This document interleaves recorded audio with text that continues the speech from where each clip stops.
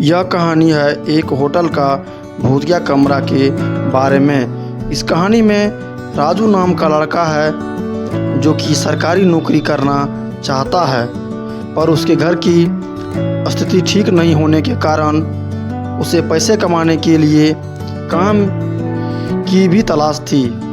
इस कारण वो एक ऐसी नौकरी ढूंढता है जहां उसे रात में काम करना पड़े और दिन में उसकी पढ़ाई भी हो जाए। कुछ समय बाद राजू को एक होटल में सफाई करने का काम मिल गया।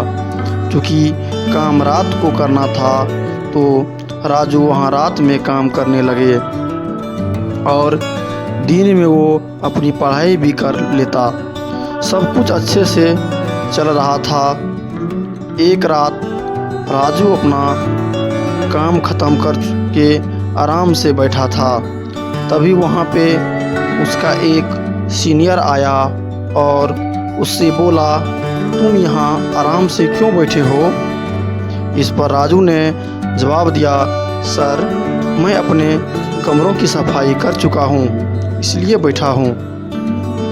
फिर उसके सीनियर ने कहा, नहीं, आज तुम्हें होटल के सबसे ऊपर की मंजिल पे 4 कमरे हैं, उनकी भी सफाई करनी है, जाओ वहाँ। इतना बोल के उसका सीनियर वहाँ से चला गया। फिर राजू ने होटल के सबसे ऊपर की मंजिल के 3 कमरों की सफाई कर दी और अंत में जो 4 नंबर का कमरा था वहाँ गया। वो बहुत ही आलीशान कमरा था। इतना खूबसूरत कमरा राजू देख के उसे देखता ही रह गया। अभी तक किसी ने भी राजू को इस कमरे की खूबसूरती के बारे में नहीं बताया था। राजू ने थोड़ा ध्यान दिया तो उसने पाया कि ये कमरा तो पहले से ही साफ है, मगर फिर भी उसे वहाँ सफाई तो करनी ही थी। इसलिए वो वहाँ की चीज़ों को बड़े आराम से साफ करके उसके स्थान पे रखता जा रहा था। कुछ देर बाद राजू को ऐसा लगा उसके पीछे कोई खड़ा है। राजू ने पीछे मुड़ के देखा तो वहाँ कोई नहीं था। राजू ने सोचा वो कई रातों से काम कर रहा है और दिन में नहीं सो पाता, ऐसा इसलिए हो रहा है, और वो वापस अपने काम पर लग गया। तभी अचानक उसे ऐसा लगा कि कोई उसके सामने से दौड़ के भागा है। राजू को अब डर लगने लगा और वो थोड़ा देर के लिए सहम सा गया था और कुछ देर इधर उधर देखने के बाद उसने फिर से अपना काम चालू कर दिया ताकि वो जल्दी से अपना काम ख़त्म कर के वहाँ से निकल जाए। जब वो वापस काम करने लगा तभी मानो जैसे उसके कंधे पे किसी ने हाथ रख दिया हो। राजू अब घबरा के चिल्लाते हुए उस कमरे से भागने लगा। तभी राजू का गला किसी ने जोर से पकड़ लिया और वे भाग नहीं पा रहा था। इतने ही देर में राजू के सीनियर राजू की आवाज़ सुन के वहाँ पहुँच गए। उन्होंने राजू से पूछा, क्यों चिल्ला रहे थे?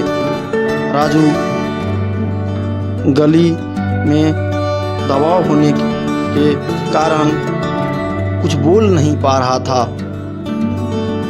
उसके सीनियर उसे कमरे से बाहर ले गए और उसे पानी पीने को दिया। तब राजू ने बताया उसे इस कमरे में कुछ अजीब सा महसूस हुआ, ऐसा कि जैसे कोई उसका गला दबा रहा हो। इतना सुनते ही उसका एक सीनियर उस पर चिल्लाया और बोला, तुम्हें रात में इस कमरे में सफाई करने को किसने बोला? इस कमरे में कोई भी अकेले सफाई नहीं करता और इस कमरे की सफाई भी दिन के समय की जाती है। तब राजू ने कहा, मैं अपना काम ख़त्म करके बैठा था, तभी एक सर आए, उन्होंने ही मुझे इस कमरे की सफाई करने को बोला था, इसलिए मैं इस कमरे में आया। इतना सुनते ही जितने भी लोग उस होटल में काम कर रहे थे सभी को राजू के सामने लाया गया ताकि राजू उसे पहचान सके कि किसने उस ऊपर वाले कमरे में काम करने के लिए भेजा। फिर वहाँ जितने भी लोग थे राजू ने सबको देखा पर उनमें से कोई नहीं था। तब उन लोगों ने वहाँ जितने सारे स्टाफ काम करते थे उन सारे स्टाफ की इमेज राजू को दिखाई।